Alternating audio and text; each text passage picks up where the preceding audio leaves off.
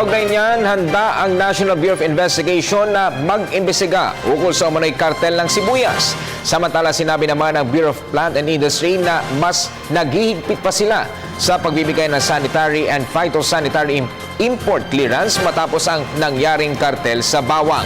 Ang detalye mula kay Ria Fernandez.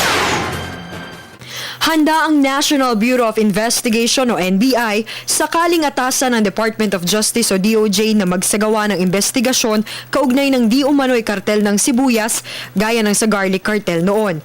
Pero bago ito, sinabi ng ahensya na kailangan munang formal na maghain ng kaso ang mga lokal na magsisibuyas na magiging basehan ng kanilang investigasyon.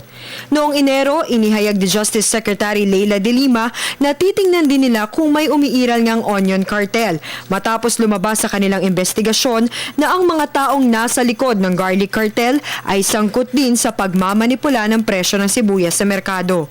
Samantala, itinanggi ng Bureau of Plant Industry o BPI na may umiiral ngang kartel ng sibuyas. Kung tutuusin, hindi na saklaw ng mandato ng ahensya ang manmanan kung may kartel ang mga produktong agrikultural. Ngunit dahil sa kontrobersiya sa garlic cartel noon na kinasangkutan ng ilan sa kanilang mga opisyal, sinabi ni Joselito Antioquia, ang pinuno ng Accreditation and Registration Unit ng BPI, na hinigpitan na nila ngayon ang pagbibigay ng Sanitary and Phytosanitary Import Clearance o SPIC sa mga importer ng bawang at sibuyas. May mga conditions pa rin yung pag-i-issue natin ng SPS import clearance na dapat sundin ng isang importer. At nakalagay din po doon sa guidelines na pwedeng mawala, masuspend o ma-revoke ang kanilang registration kung meron silang mga non-compliances or activities na illegal na gagawin. Dagdag pa ni Antioquia, makikita na rin online ang mga importer ng bawang at sibuyas na may permit. Yung po mga ating po mga importers, sila po, once po sila ay registered na, sila po ay mag-i-enroll sa Intercommerce.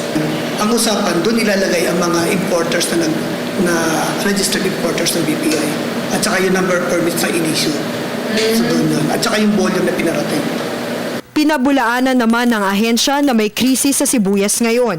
Ayon kay BPI OIC Assistant Director Dante Fidel, hindi nag-issue ng permit ang kanilang ahensya sa mga importer ng pulang sibuyas mula pa noong 2012. At halos 10,000 metro tonelada naman ng puting sibuyas ang pumasok sa bansa mula Setyembre 2014 hanggang Enero ngayong taon.